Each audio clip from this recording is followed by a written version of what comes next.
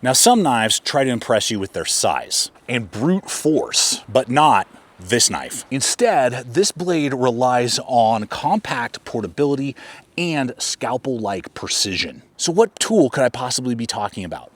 Well, it's the Knives by NUGE Cub, and this version is sporting a high saber grind and CPM 154 steel. And through my testing over these last several months, carrying it quite frequently, I've discovered something interesting. This isn't just a compact fixed blade, it's a platform. Because of its inconspicuous footprint and the choice in steels, handle material, and grinds. You can configure the Cub for pocket carry, therefore making it ideal for everyday use and replacing a folding pocket knife. Or build it into a minimalist outdoor companion blade.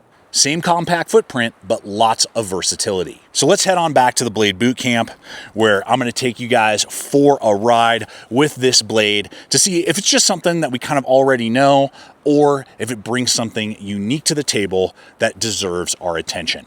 If you're new to the channel, welcome. I'm Aaron. This is Gideonstactical. Let's dive in and have some fun. Let's get into it. I have had this since like fall 2025. So I've actually had this for, I don't know, 4 or 5 months. This is the factory edge that comes from the factory. And by the factory, I mean in his shop in New Jersey. You know, it's a small mom and pop, if you will, company. And the quality, the fit and finish really stood out to me. And I have not resharpened this blade, and I've carried it extensively throughout the last several months. So we're finding out today specifically on that CPM 154, because there is a difference, what the difference would be. Oh yeah, dude. Oh man, and that little pinch right there, I mean, I just feel like it's almost like I'm just using my index finger to slice through the piece of material because of the thinness, the size. Wow. And so I can tell you right there with just those cuts, those are some of the hardest cuts we do. Going through the vanilla manila rope and paracord, those type of cuts. You know, are you seeing sawing? Are you having a So the 61 to 62 HRC on this knife is proving itself to be an excellent combination, combined with the heat treat, to hold an edge. Because this is just like, this feels like the day I got it. This feels like the day I got it, and this thing has cut so much since then, proving that you don't always need, you know, we're so like, I don't know, mind numbed by like, oh, you know, Magna Cut, you know, M390, M4, 3V, you know, and like all of those steels are great. Look at that, just sliced right through that. That is purely an edge length issue. What I have found on this 7,000 pound toe strap is knives under 4 inches tend to need a double pass, but it's like, are you sawing through it? Of course not. Excellent, excellent, bam, right through. And I guess we'll get to that tip, nice and precise. Think pocket knife precision. So it'll handle any type of stabbing like that. Bam, bam, bam, bam. Like, not afraid to do that, but you're gonna snap it. I mean, don't be dumb. Know the limitations of the design. It has nothing to do with the steel. Has nothing to do with anything else. Look at that. Just feels like a pure extension of my hand. And because of that very continuous sweep, anywhere you engage with it, you're getting velocity of the cut. You know, it's not just a straight edge and then boom into a belly at the very end. And unlike many other blades that I test, you know, that maybe it's just a really, like, yes, it's got belly, but it's just fat, you know. I love how I have sweeping edge the entire way for slicing, and the sliceology, absolutely a knife term, go check it out. But the sliceology of the blade, but then I got precision. I got aggressive design. The design, very, very aggressive, which I love. I love it. This is way more what I gravitate to than like a big fat bellied, you know, kind of blunt, you know. I'm a 5.56 round. That's more the design I gravitate to versus like 45 ACP, blunt, rounded. Both got purposes, both got, you know, things that they need to do. But I'm more that guy. That's who I am. Do some zip ties right through there, right on that. Get your finger out of the way, Aaron. Oh, there it is. And part of that is the thickness. Guys, the thickness at 3/30 seconds, that is under an eighth of an inch thick with the high saber grind, really thin. But because it has a good edge geometry right here and then a high grind, saber grind right there, that that trifecta of cutting power means that I can even go through a water pipe after, I don't know, 4 or 5 months of owning the blade and using it off and on and never honing it, never touching it. That is exactly what I want in a compact EDC, skinning knife, fishing knife, you know, like any of those type of things. Let's get into some wood here.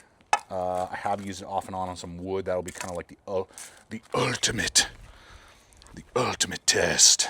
Now, there's plenty more to unpack with this design, but let's go ahead and take a moment to talk about cost and the different variants that are available. And make sure to listen up, because in a moment, I'm going to share with you an exclusive discount that I've been able to land for you guys in the Gideonstactical audience, helping you save on these epic blades. Now, the Cub starts at $295, and then depending on grind, steel, and handle material, the cost could go up slightly from there, depending on how you build it out.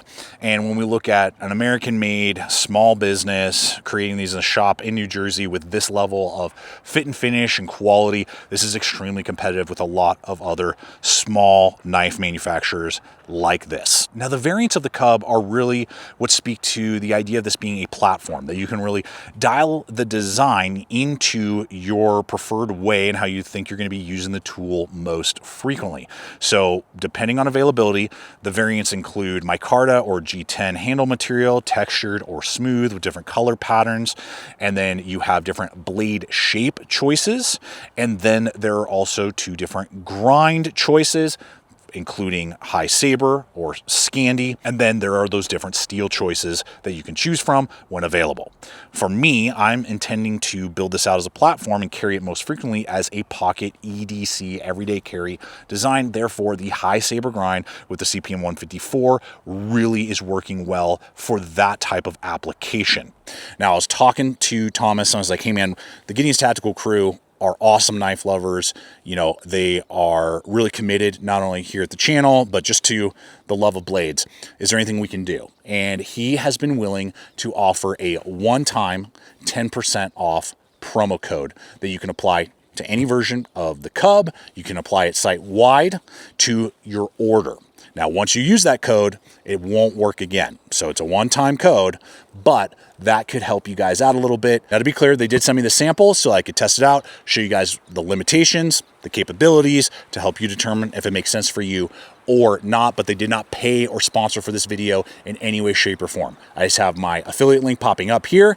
It's in the description box below, along with that promo code. So check out the description box, hop on over, start exploring, see all the different options in the Cub line that are available. Now let's do a couple quick comparisons before we get back into woods testing. We got sheath details to unpack and a few other aspects as we go to town on the Cub. Now, this is the NUGE Bruin, previously reviewed. I will have that video linked, popping up. Encourage you to go check that out. That was a blast to test this out, and this is just the baby version of this knife, with the Bruin being about 1/4 inch longer on the handle and 1 inch longer on the blade length. Stock thicknesses stay the same, so you're gonna get very similar performance in slicing. It's just gonna really come down to what size makes more sense for how you're gonna deploy the blades. And then for some quick size perspective, I have 2 other popular fixed blades, the Gpknives Circadian, the Overland Sport.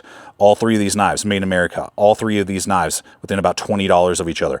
All 3 of these knives, excellent quality, fit and finish. So it's really going to come down to the profile and how it visually connects with you, and then also how you intend to use the blade. What you like the tool to do for you is really going to determine what maybe makes the most sense. Different steel options, grind options, that's all going to come into play. But when it comes to like sizing, these are all very similar and they are all excellent quality. There it is. Yep, dude. I mean, And what I appreciate is, unlike so many other compact small blades, this has full real estate in my hand, 3 1/4 knuck span, you know, straight across. Ergonomically, as I said, my hand is 3 1/4 across when I lay it out like that. Large size gloves. Look at that, plenty of real estate right there. I'm not resting on the bird beak. That's what I want, man. I don't want these like Lilliputian baby handles that I'm like hanging my pinky off, and I'm like, eh. Do you think I have good like leverage when I'm like trying to like, ooh, and my pinky is just like hanging off? Of course not. Please, of course not. So why are we playing this game? Like, and I know it's all like, oh, we're trying to like make the knife proportional. How about we make the knife functional, and then we think about proportions? But that's why you have to get a prescription for a brain. Have you tried a brain lately? Common side effects include excess intelligence, thinking before acting. We're doing that. I'm trying to get a piece of wood that I can properly carve on, but the wood is not wanting to cooperate today. I mean, it's chunking off. So you would obviously want to go, look at that. Okay, never mind, I'll shut up. You know, now, obviously, there's a lot to like with the knife design itself, but with a compact fixed blade, if the sheath is not well executed, pairing with the capability of the knife, are you even going to carry the tool? Well, just check this out. So easy to pull out, deploy, slide back into place right there. This knife comes currently with a Badger Claw Outfitters pouch leather sheath. Now, these are American-made sheaths. The tension is excellent, and that's not wet form, but obviously you could do that to give yourself even a little extra security. Great quality. I've had them on a few different models and different knives over the years. They are excellent. Good density. Very, very cool. Now, what's sweet about this is that it's also going to come with a DCC clip that's ambidextrous, and it has 4 eyelets for you to swap right or left. That clip locks in on my pocket. I don't even know that I'm carrying it. Even with those gym shorts, I was like, oh yeah, I'm carrying like a freaking fixed blade today. And then you add to that it also will be able to lash onto outdoor gear like PALS webbing on my chest pack. Now, I could hike all day with it attached to this piece of PALS webbing. I mean, it's not going anywhere. It'll flip up, but it's not going to come off. I mean, it really like grabs on. Now, I'm going to probably get a Ranger band to pass through another piece if I wanted to carry it here regularly. And if you want to get crazy, because it has those 4 eyelets, you can even do like a Bladehq lock, ulti-clip, or a Molly lock to really latch it into place. So the carrying options are not only rustic and classy, making it not just a functional tool, which yes, our blades need to do that, but it's just fun to carry and use. You know, that's also part of loving knives and using these tools that have been around since mankind first invented tools in general, right? Our first tool. So, guys, that's me and my mileage. I encourage you to leave questions, comments. If you want to ask me something that I didn't hit in the video, I'll do my best to answer. And if you're new, I invite you to subscribe. I'm putting up content like this every single week. Check out the other video, and always remember to stay equipped, stay prepared, and I'll see you out there.